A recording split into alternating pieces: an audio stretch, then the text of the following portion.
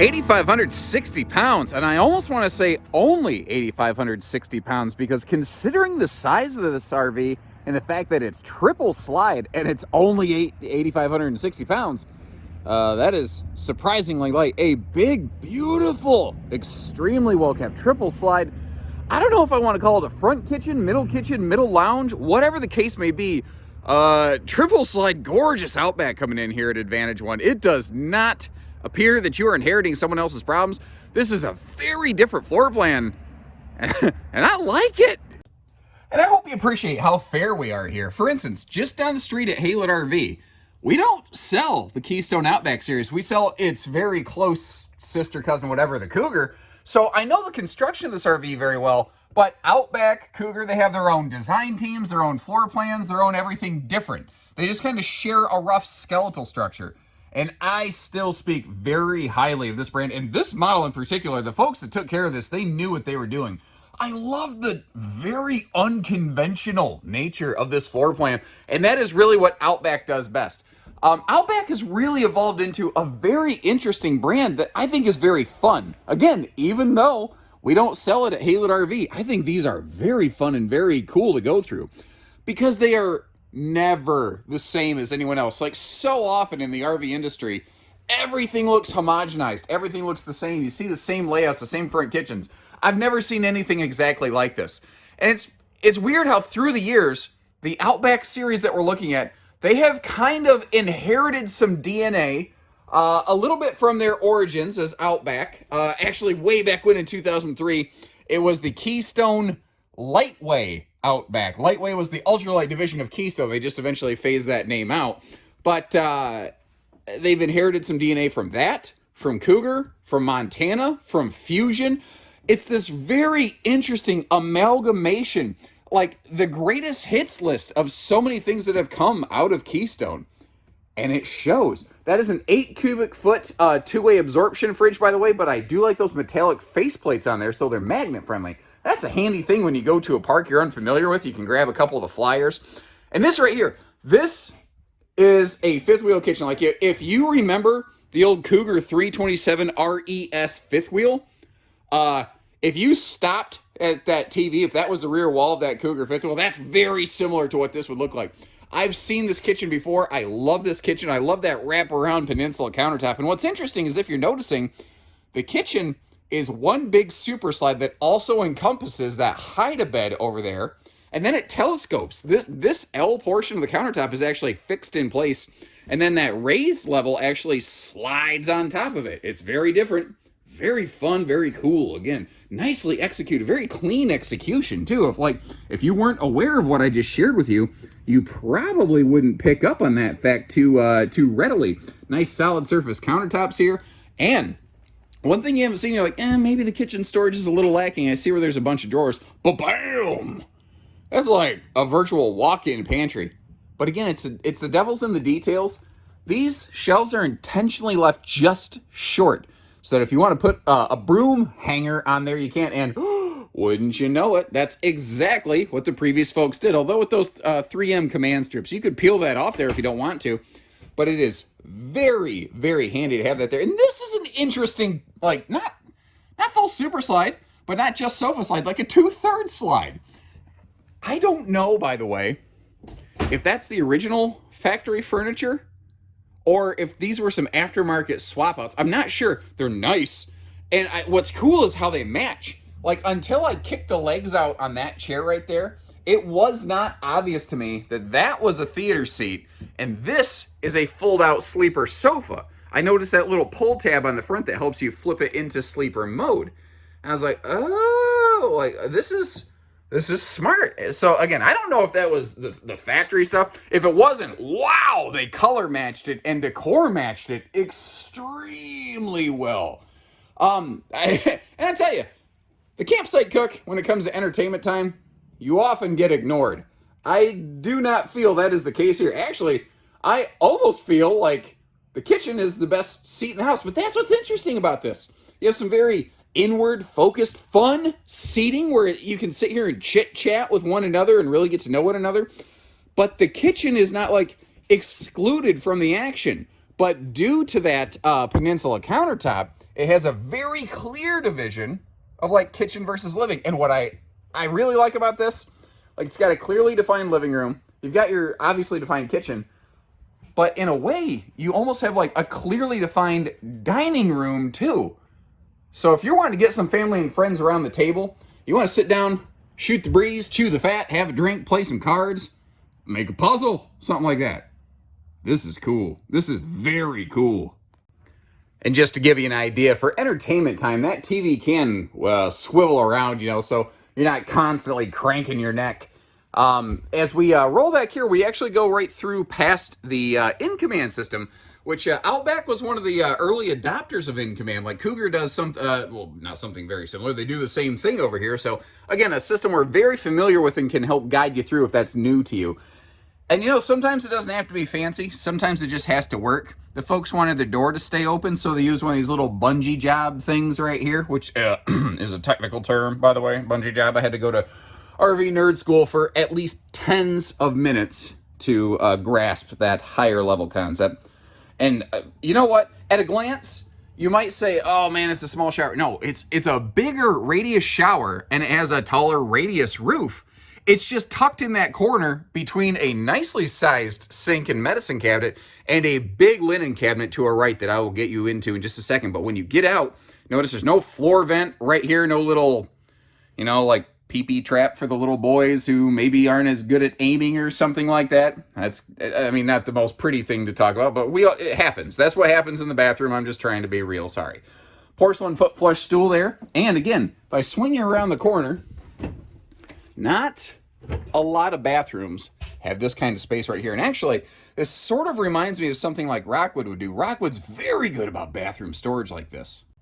And if I slid backwards through that door, just to give you a point of reference here, you see the dual entry for the bedroom and bathroom, although those are like actual swinging doors. They're not sliding panels. So if you want to make sure that stays closed so you don't lose privacy, no sweat there. Now this RV's 50 amp. It has a single 15,000 BTU air conditioner on it. However, if you are interested in a second air conditioner, we could install one right there. Another thing we could do is if you're interested, we could price out like say a Max Air fan or a Hangs Vortex fan upgrade for you, and king bed in that slide. That is something that it just kind of takes the whole thing right over the top here. I love all the windows. Like you saw that big window in the hallway, the big bed slide windows. Storage overhead through the bed slide, which makes those reading lights easy to get to. But thankfully, this cabinet doesn't stick out so far that it's really a head knocker. I mean, you'd have to really go out of your way for that to be an issue. Pleated shades all the way around. And instead of a rear wall closet, again, kind of similar to Rockwood. I don't know, because Rockwood and Outback are not at all related. I don't know if this is related or if it's just a similar concept that works very well for both of them. But they put a big wardrobe closet and cabinet space across from the bed here instead of along the rear wall, which causes the whole RV to be longer, heavier, more expensive, which nobody likes those things. I've never had somebody call me and say, hey, I want your longest, heaviest, most expensive RV you got. Nobody ever says that. And a very different, cool, fun look on these. I swear. This must have been made right before those like MORryde type stable steps or LCI stable steps penetrated through the industry. If that is something in which you're interested, ooh, there we go. Get the light out of that frame. Jeez, oh, Pete. We could probably get those steps upgraded for you. I just need to double check here. Some measurements. Give our team a call. We can verify. Propane cooker hooker right down there, which is a nice place for it because you can hop out the door, flip your burgers and your brats, be good to go. Now, this is an all-power stabilizing system. That is not a power leveling system. You really got to watch the use of those words. Ooh, hitching included. Nice. You got to watch the use of the words stabilizing and leveling in the RV industry. Stabilizing means once you level the trailer normally, front to back with the tongue jack, side to side with the tires, you can put the jacks down just to keep it from, hobble wobbling around, which is different from the Cabo Wabo Cantina, where Mr. Sammy Hagar likes to drink tequila and play loud rock and roll. I had dinner there once. That was actually a very, very nice place. Go to Cabo San Lucas next time you get a chance. But the power stabilizing system, basically, all the jacks, there's not like buttons outside that you got to mess with. There's a master control panel that you can operate them all from. Okay, so upon further investigation, doing some looking and some calling around, I need to correct something that I said about 2 seconds ago. This is a leveling system with an enhanced stabilization system on top of that. So what the system will do is it'll level front to back with the tongue jack, and then those extra mid jacks that I spotted, I looked at those, I'm like, those look like leveling jacks. Those will level the RV side to side. Then the corner jacks will just keep it from rocking and rolling around.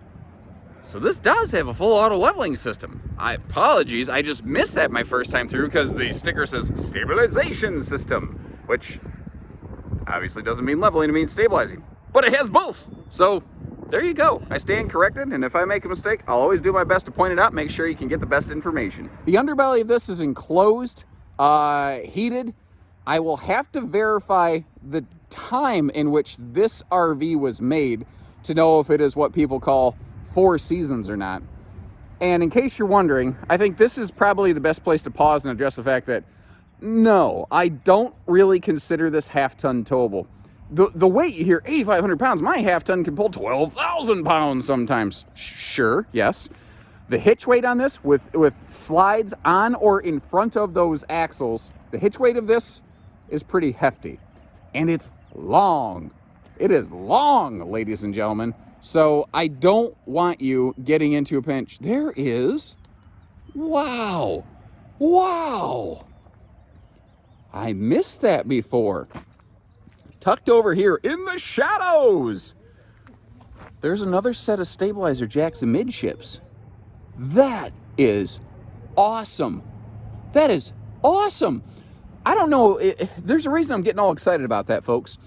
Extra stabilizers in the middle of the RV like that instead of just the front and rear corners, especially on a long rig like this, it will, it will make a dramatic difference on the enjoyment level, the comfort, the stability of camping in an RV like this.